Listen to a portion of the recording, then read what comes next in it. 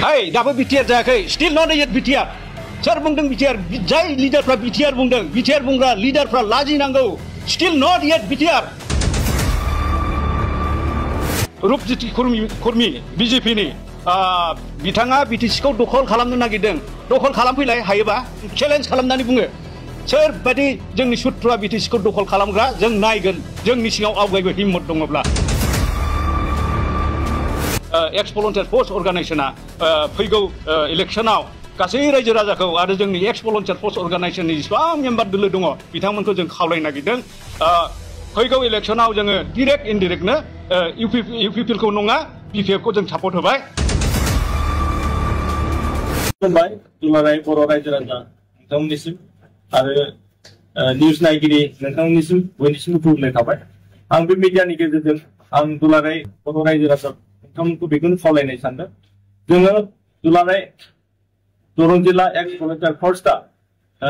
जोंनि उदालगुरि डिस्ट्रिक्टआव थानाय गासै मोनबा समस्तिखौ जोङो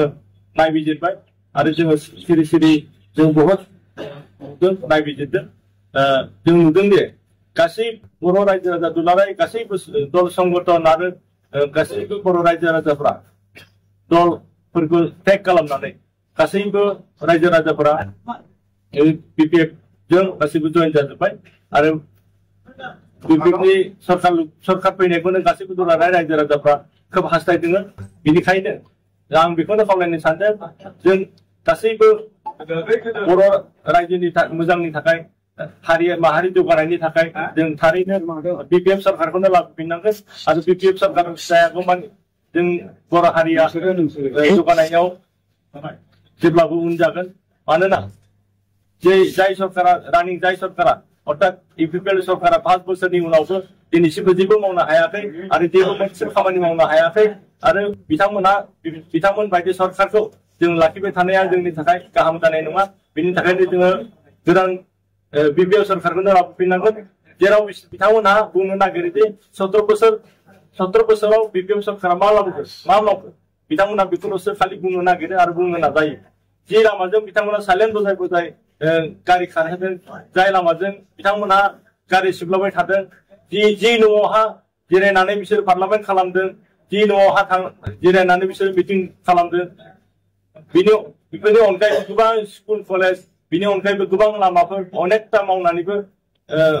बिथांमोना बुंनो नाजायो जे बन्द खालामनो नाजायो जे 17 बोसोराव बिपिएफआ जेबो मावाखै। दा बिदिन्थि हिसाबै बिथांमोना 5 बोसोराव मा मावखो जिर' जेबो मावाखै। बेनिखायनो इउपिपिएल सरकारा जिर' जानो थांबाय, बिग जिर' गैया। बेनिखायनो दुलाराय रायजो राजाखौ आं गले गले खावलायदों गासैबो दल संगठनफोरखौ गारबोजोबनानै बिपिएफआव जयेन जाफैजोबनांगौ आरो गासैबो दुलाराय रायजो राजाफ्रा आगोलनि सावरायनो भट होनानै बिपिएफखौ देरहासार खालामनानै जोङो बिपिएफ सरकारखौ दाफिननांगौ। आं बेखौनो खावलायनानै बयखौबो खुलुमहरनाय थाबाय। खुलुमबाय। दिनै उदालगुरि जिल्ला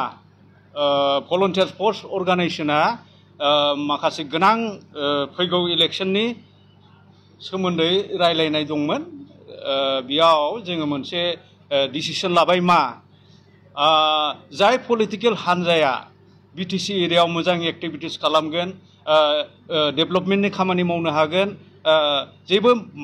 माइनास जायै खामानि मावनो हागोन, जों बेबायदि पलिटिकेल पार्टिखौनो जों सापर्ट खालामगोन। थांनाय 5 बोसोराव प्रमद बर'नि सरकारखौ जों अबजार्भ खालामबाय। अबजार्भ खालामनायाव नुबायदि बिनि जिथु बिटिसि सालायनाय बिटिसि सरकार बेयाव बिनि सालायनायखौ जोङो गोबांथार गोरोन्थि नुबाय। बेयावखाय जों इमान गोबां खस्थ' खालायनानै बिएसि बिटिसि सुक्ति खालामनायाव गोबां मानसिया खहा जाबाय, गोबां रुंसारि जालांबाय, अनेक जालांबाय, बेखौ बुंजोबनानै लाब गैला। बेयावखाय बिटिसिखौ जुदि सोरबा अयनाय खालामनो सानोब्ला जों बेखौ सह्य खालामनानै थानो हाया। बेयावखाय दिनैनि बे मिडियानि जुगिदे जों उदालगुरि जिल्लानि एक्स भलन्टियार फोर्स अर्गानाइजेशना फैगौ इलेक्शनाव गासै रायजो राजाखौ आरो जोंनि एक्स भलन्टियार फोर्स अर्गानाइजेशननि जेसेबां मेम्बार दोलो दङ बिथांमोनखौ जों खावलायनो नागिरदों फैगौ इलेक्शनाव जोङो डाइरेक्ट इनडाइरेक्टनो इउपिपिएलखौ नङा बिपिएफखौ जों सापर्ट होबाय। बेयावखाय थिग बिदिनो मोजांनि थाखाय जों बयखौबो खावलायो बिपिएफनोनो भट होनांगौ होननानै। आरो थांनाय मिडियायाव आं नुदों रुपजित खर्मी बिजेपिनि बिथाङा बिटिसिखौ दखल खालामनो नागिरदों दखल खालामफैलाय हायोबा जाय बिजेपिया दिनै बर'नि अत्याचारखौ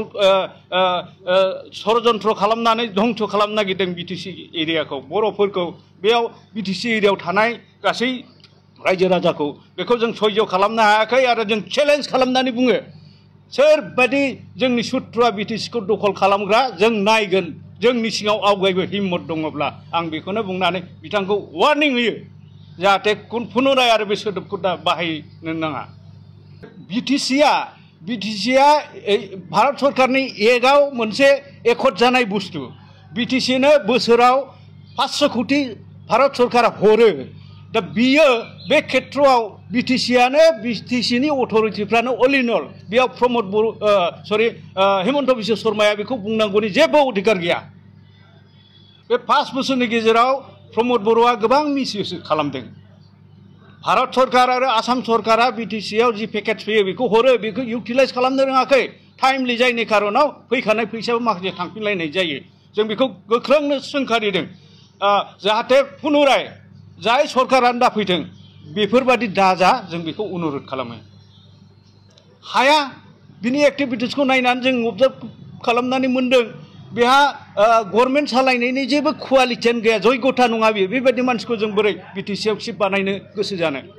जों बिटिसिखौ जोबोद गाज्रि मोनदों बेवहाय जों बेखौ सोंखारियो आरो बिनि बुहुलाव गत्तै बिटिसि एरियानि रायजो राजाफ्रा खांगाल जादों इकनमि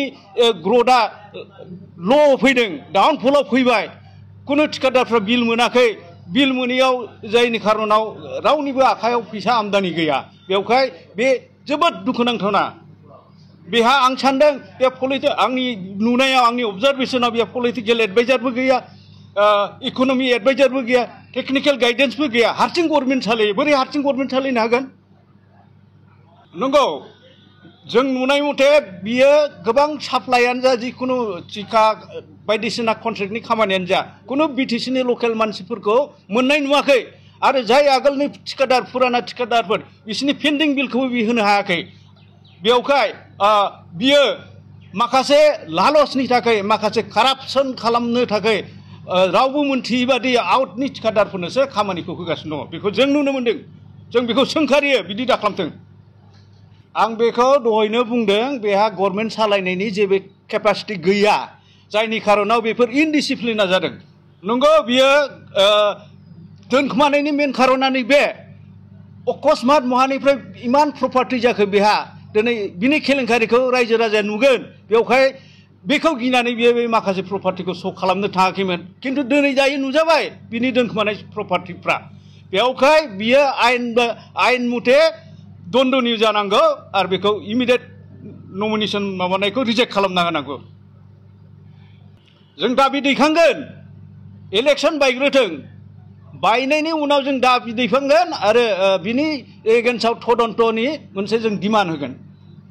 खावलायगोन रावबो सादा सिदा रायजो राजाफोरखौ थाखा लालस खालामनानै भट होनो हाला दिनै गाबोन रायजो राजा मोनथियो आरो जाहाथे बिसोरबो जाय थाखा होग्राफोर इउपिपिएलनि मानसिफोर बिसोरबो बेफोरबायदि दाखालामथों